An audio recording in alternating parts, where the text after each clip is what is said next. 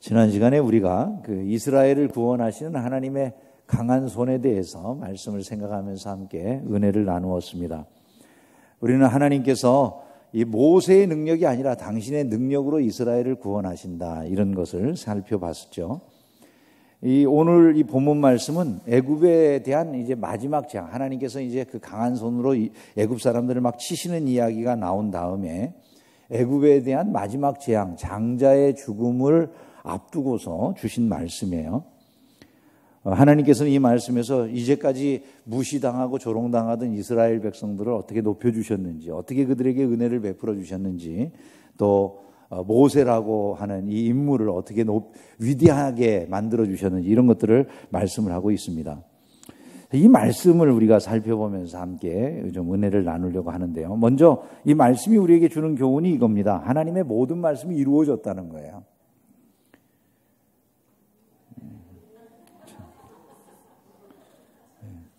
우리는 하여간 형광등이에요. 어쨌든 그게 또 은혜예요, 사실은. 강한 손으로 바로와 애굽을 치셨어요. 말씀대로 하신 거죠. 10가지 재앙이 임하는데 무서운 재앙들이 그 땅에 임했어요. 물이 피로 바뀌는 일이 있어갖고 강물을 기를 수가 없었습니다.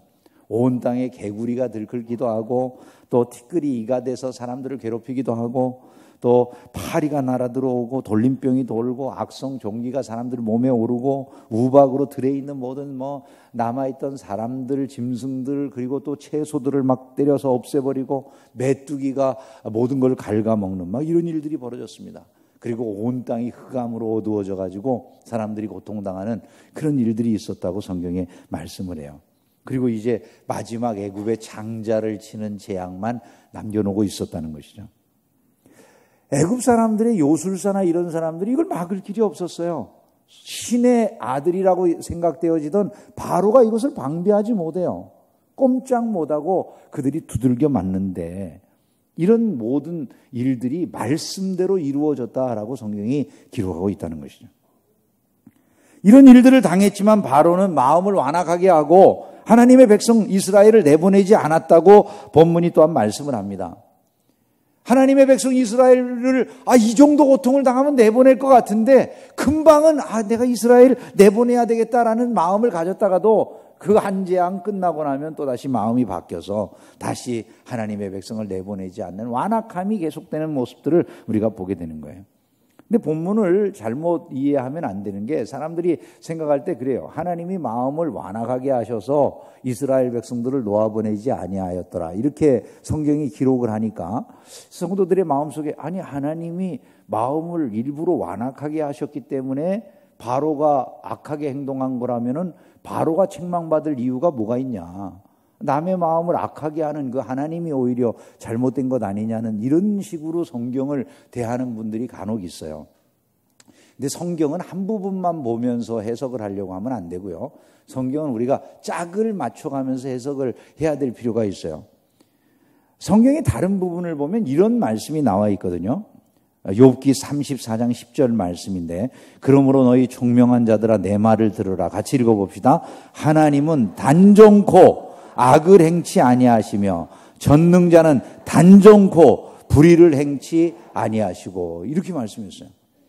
그러니까 성경에 나와 있는 다른 부분의 교훈에 보면 하나님이 불의를 행하신다든지 악을 행하시는 일은 단정코 없다는 거예요. 그러면 지금 여기에서, 예를 들어 바로의 마음이 회개하려는 마음이 있는데, 바로의 마음이 회개하려고 할 때 하나님이 일부러 악하게 계속 완악하게 그 마음을 주장하셔가지고 바로의 마음이 완악을 떨고 이스라엘을 해방시켜주지 않고 노예 삼고자 하는 그런 상태라고 한다면, 하나님이 분명히 불의를 행하는 겁니까? 선을 행하는 겁니까? 불의를 행하는 거죠. 그러니까 지금 이 본문을 그런 식으로 해석을 해서는 안 된다는 것을 우리에게 보여주는 거예요. 하나님은 단정코 불의를 행하거나 악을 행하시는 분이 아니라고 하면 이 본문은 어떻게 이해가 돼야 되겠습니까? 하나님이 마음을 악하게 했다라고 하는 것은 우리 인간적인 표현인 거예요. 왜냐하면 계속해서 바로가 악한 반응을, 더 강팍한 반응을 보이고 있는 것을 인간적으로 그냥 표현한 거예요. 그러면 사실은 어떻게 봐야 되냐면 하나님이 이 사람의 마음을 일부러 악하게 하시는 건 아니에요. 그 마음이 악해지고 더 악해지고 하는 걸 그냥 내버려 두셨다는 거예요. 하나님은 능히 돌이켜 주실 수 있지만 그 일을 행하지 아니하시고 그냥 내버려 두셨다. 이런 말씀이 되는 거예요. 사람들이요, 죄를 깨닫지 못해서 죄를 계속 짓는 거예요. 그것을 안다는 것, 여러분 이게 얼마나 놀라운 축복인가를 우리가 깨달아야 된다는 거예요. 바로는 마음이 완악해져서 하나님의 백성 이스라엘을 자유하지 못하도록 잡아놓으려고 합니다. 그런데 하나님의 말씀대로 결국 바로는 이스라엘을 쫓아내듯이 내보낼 수밖에 없었어요. 출애굽기 12장 31절부터 34절 말씀 가운데 한 군데 그 백성을 재촉하여 그 땅에서 속히 내보내려 함으로 이런 말씀이 나와 있습니다. 결국은 하나님의 말씀대로 모든 일이 된다는 것을 믿으시기를 주님의 이름으로 축원합니다. 내가 막아서서 안 돼. 하나님의 말씀대로 못하게 할 거예요. 그래도 결국 하나님의 말씀대로 일이 이루어짐을 보여주는 것이죠. 그리고 하나님의 말씀대로 이스라엘은 위로를 얻게 되는 거예요. 나아가는 이스라엘 백성들에게 하나님께서 니네들 지금까지 억울한 일 많이 당했는데 애굽 사람들에게 나갈 때 은금 패물을 다 요구해라. 그렇게 말했더니 가서 요구하니까 이 사람들 빨리 좀 나아가줬으면, 이 애굽에서 이스라엘이라고 하는 이것들 빨리 나갔으면 좋겠다. 너무 힘드니까 그 생각에서 이들이 가지고 있는 은금 패물을 줘요. 노예 생활하면서 하나도 받아보지 못한 금료 챙겨갖고 나오는 거예요, 이스라엘. 하나님이 정당한 대우를 회복시켜 주시고 위로받게 하시는 줄로 믿습니다. 하나님은요, 이 과정에서 당신의 종인 모세를 또 높여주셨어요. 그 사람 모세는 애굽 땅에 있는 바로의 신하와 백성의 눈에 아주 위대하게 보였더라. 이렇게 말씀을 해요. 여러분, 원래 애굽 땅에서 위대한 존재는요, 바로밖에 없어요. 나머지는 다 종이에요. 애굽 땅에서 바로는 이런 이름으로 불렸어요. 두 땅의 주인이다. 두 땅의 주인. 그것은 상이집트와 하이집트로 나누어졌을 때 그 모든 곳을 다스리는 통치자라는 거예요. 행정권을 가지고 있었고 법집행권을 가지고 있었고 조세의 권리를 다 바로가 혼자 가지고 있는 그런 상황이었어요. 바로는 제사를 지내는데 자기가 신의 아들을 자처하면서 그 모든 제사를 대행하는 모든 사원의 수장이라 이렇게 불리워졌어요. 그러니까 바로가 바로 제사, 예배, 자기네들이 드리는 모든 것들을 주장하는 최고 제사의 우두머리예요. 그래서 이 모든 것을 마음대로 해요. 태양신 라라고 하는 존재가 점지한 신의 아들이 바로라. 이렇게 생각을 했어요. 그런데 이 바로가 어떤 일을 당합니까? 애굽 사람들이 지금까지 바로가 자기네들을 지켜주는 줄 알았습니다. 바로가 자기네들을 보호하는 줄로 알았습니다. 그런데 그 바로에게 하나님이 모세를 통해서 말씀하는 일들이 막 이루어지는데 그 땅의 온갖 재앙들이 자기네들이 이제까지 신으로 높이고 바로를 통해서 섬겨왔던 그것들이 자기네들에게 재앙으로 임하는 것을 경험하게 되는 거예요. 그 일로 인해서 이들이 깨달은 게 무엇입니까? 이제까지 바로가 우리를 지켜주는 줄 알았는데 바로는 아무것도 아니구나. 바로보다 더 무서운 자가 있다. 저 모세, 말하는 대로 되게 하는 저 모세가 무서운 자라고 생각하고 그를 위대하게 여기는 변화가 일어나기 시작했다는 거예요. 근데 이 모든 것이 하나님의 말씀대로 이루어진 일이라는 거죠. 7장 1절에 내가 너를 바로에게 신같이 되게 하였다. 이렇게 말씀했거든요. 모든 것이 하나님의 말씀대로 이루어지는 일인 줄로 믿습니다. 보잘것없는 노예들의 지도자쯤으로 생각했던 모세를 이제는 두려움으로 바라보는 그런 존재가 되게 하시는, 그리고 말씀대로 하나님의 하나님 되심이 드러나게 되는 것이죠. 자, 이런 일들이 일어날 때 모세와 이스라엘의 반응이 어떠합니까? 여러분, 모세와 이스라엘이 처음에는 뜨뜻미지근하기 짝이 없는 반응을 보였었잖아요. 하나님이 가라고 하셔도 그 말씀에 순종하지 아니하고 난 말을 못해요. 어쩌고 저쩌고 뭐 별소리를 다 하고 조금만 시험 들고 어려움이 있으면 금방 부정하고 이제 모세를 갖다가 배신하는 막 이런 일들, 원망하고 불평하는 것들로 가득 차 있던 이 사람들 아니었습니까? 근데 이제 이들의 모습이 하나님께서 실제로적으로 행하시는 일을 보면서 점점 변화되기 시작해요. 먼저 이들이 말씀에 순종을 해요. 하라는 대로 다 하는 거예요. 바로 앞에 나가라 그러면 나가고, 재앙을 선포하라 그러면 선포하고, 사람이나 가축이나 뭐 모든 들에 있는 것들 너희들이 건지려고 한다면 집안에 들여놔라 그러면 집안에 들여놓고, 문설주와 임방에 피를 바르라 하면 피를 바르는 거예요. 아니 왜 이따위 일들을 시킵니까? 이 냄새나는 피치를 왜 여기다가 합니까? 이런 거 묻지 않았어요. 그저 하나님의 말씀에 순종하는 거예요. 왜냐하면 경험해 보니까 하나님이 말씀하신 대로 행한다, 이걸 아니까 순종이 마음속에 확고하게 자리하게 되더라는 것이죠. 여러분, 하나님의 백성이 하나님의 말씀을 깨달을 때 보일 수 있는 최고의 반응, 신앙적 성숙의 반응이 뭐라고 생각하십니까? 그것은 바로 말씀을 소중히 여기고 순종하는 것임을 믿으시기를 주님의 이름으로 축원합니다. 더 이상 원망하고 불평하지 않게 되었어요. 하나님이 행하시는 일을 눈으로 봤는데요, 무슨 불평이나 원망이 있겠어요? 더군다나 그 엄청난 재난 한가운데서 자기 백성을 특별히 보호하시는 모습을 봤다 이 말이에요. 고센 땅과 애굽 땅을 구별해서 하나님이 애굽에 머무는 이 고센 지역 이스라엘 사람들은 보호하시고, 애굽 사람들의 땅에는 재앙을 내리시는 이런 모습을 보니까 자기네들을 사랑하시는 그 하나님의 은혜를 감사하게 되더라는 거예요. 그러면 이 본문을 통해서 오늘을 살아가는 우리는 어떻게 살면 좋을까? 말씀을 정리하면서 말씀을 맺겠습니다.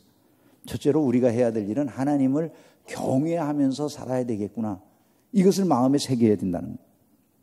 하나님을 경외하는 것이 이 시대에 우리에게 정말로 필요한 일이라는 거예요. 하나님이 말씀대로 행하신다라고 하는 걸 알았으면 그 다음엔 하나님을 경외하지 않을 수가 없는 거죠. 오늘 우리 시대의 제일 큰 문제가 하나님 사랑이시다라고 그러면서 하나님을 경외하는 도리를 자꾸 잊어간다는 거예요. 그러니까 성도들이 사회에서 자기 직장 생활을 하고 사회 생활을 하고 그러면서 그리스도인이라고 하면서도 하나님 말씀대로 정직하게 바르게 하나님이 원하시는 대로 인간관계를 맺는 것에 대해 별 관심을 안 가져요. 무슨 용기인지를 모르겠어요. 가정생활을 말씀대로 해야 된다라는 그런 부담감이 별로 느껴지지 않을 수 있다 이 말.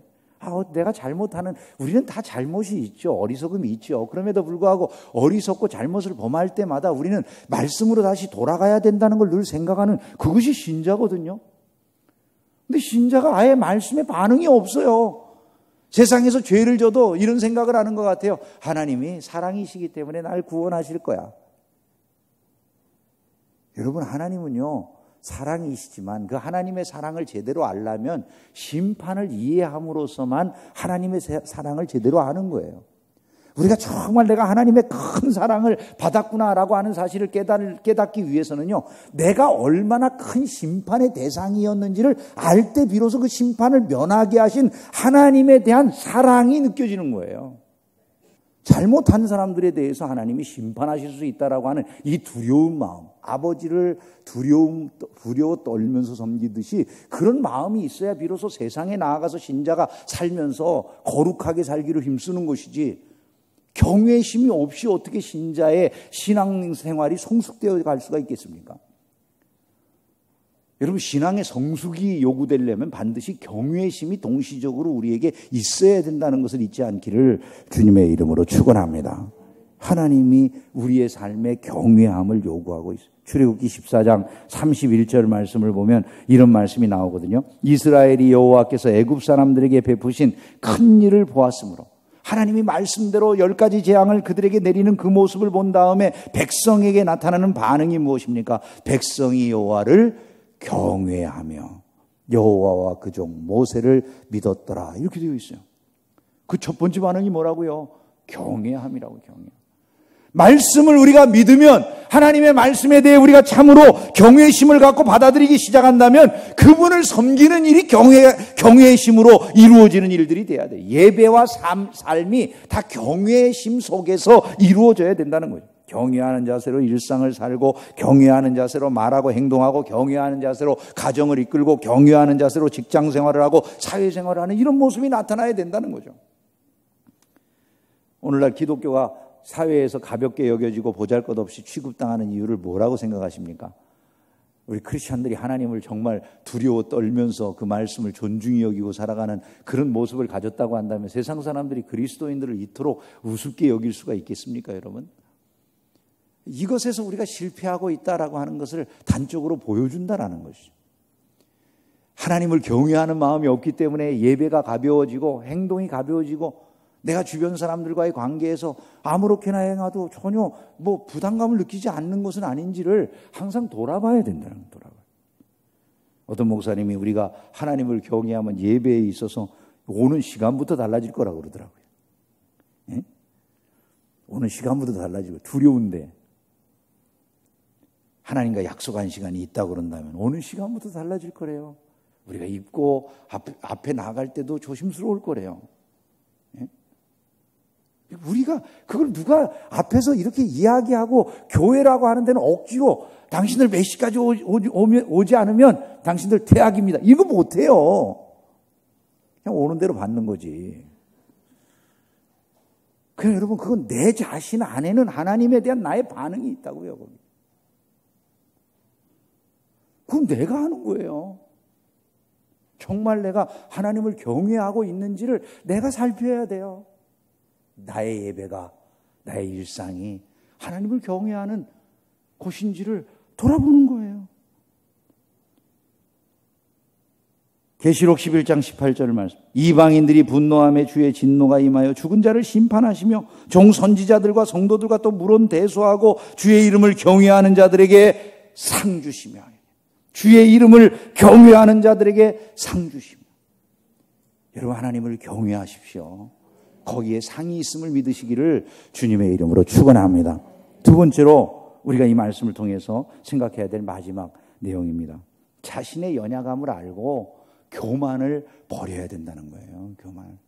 한번 생각해 보십시오. 여러분 모세를 애굽 사람들이 위대하게 바라보기 시작했어요. 모세를 위대하게 바라보기 시작했어요.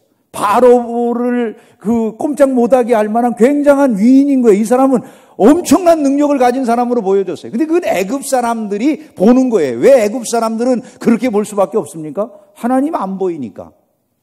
애굽 사람들은 하나님을 믿는 사람들이 아니잖아요. 하나님 안 보이니까 애굽 사람들은 자기네들 앞에 와서 말해주는 모세를 위대하게 볼 수밖에 없어요. 근데 여러분 모세의 입장에서 한번 생각해 보십시오. 모세는 지금 자기가 말하고 모든 걸 전달하고는 있지만 자기는 도구에 불과하지 모든 일을 행하시는 분은 누구십니까? 하나님이시잖아요. 출애굽기 7장 1절부터 6절을 보면 이런 말씀들이 나와 있어요. 같이 한번 함께 읽어보겠습니다. 여호와께서 모세에게 이르시되 볼지어다 내가 너를 바로에게 신같이 되게 하였은즉 내 형 아론은 내 대언자가 되리니 내가 내게 명령한 말을 너는 내 형 아론에게 말하고 그는 바로에게 말하여 그에게 이스라엘 자손을 그 땅에서 내보내게 할지니라. 내가 바로의 마음을 완악하게 하고 내 표징과 내 이적을 애굽 땅에서 많이 행할 것이나 바로가 너희의 말을 듣지 아니할 터인즉 내가 내 손을 애굽에 뻗쳐 여러 큰 심판을 내리고 내 군대 내 백성 이스라엘 자손을 그 땅에서 인도하여 낼지라. 내가 내 손을 애굽 위에 펴서 이스라엘 자손을 그 땅에서 인도하여 낼 때에야 애굽 사람이 나를 여호와인 줄 알리라. 여러분 다 누가 하셔요? 하나님이 하신다고 말씀하셨어요 이미. 그러면 모세는 그걸 아는 사람이잖아요. 자기는 전달자에 불과하고 모든 것을 행하시는 분은 하나님이다. 그러면 그 모세의 입장에서 사람들이 자기를 위대하게 본다 할지라도 자기 자신은 하나님 앞에서 자신을 위대하게 볼 수 있겠습니까? 없겠습니까? 없는 것입니다. 그래서 하나님의 참으로 하나님의 일꾼이라면 교만해질 수가 없는 거예요. 겸손하지 못한 사람은 하나님의 일꾼이라 말할 수가 없다는 거죠. 모세가 사라진다고 하나님의 일이 무산이 되겠습니까, 여러분? 여기 김 목사가 사라진다고 중계충성교회가 없어지겠어요? 세상에 아무리 굉장한 인물들이 다 떠나가도요, 하나님은 능히 그 교회를 살리고 그 나라를 살리고 세상의 변화를 이끄실 수 있음을 믿으시기를 주님의 이름으로 축원합니다. 그래서 성경은 겸손할 것을 끊임없이 말씀하는 거예요. 겸손한 자에게 지혜가 있다. 겸손은 존귀의 앞잡이다. 마음이 겸손하면 영예를 얻는다. 겸손한 자에게 하나님이 은혜를 주신다. 이렇게 말씀했어요. 베드로전서 5장 5절에 젊은 자들아 이와 같이 장로들에게 순복하고 다 서로 겸손으로 허리를 동이라. 하나님이 교만한 자를 대적하시되 겸손한 자들에게는 은혜를 주시느니라. 여러분 우리가 겸손해야 복을 받는다고 한다면 교만을 경계하고 교만이 들어오는 루트부터 막아버려야 돼요.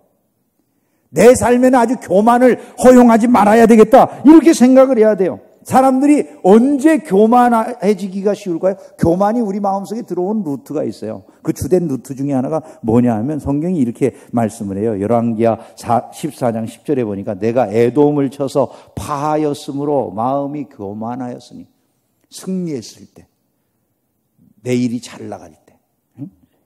역대하 26장 16절에 저가 강성하여짐에 그 마음이 교만하여.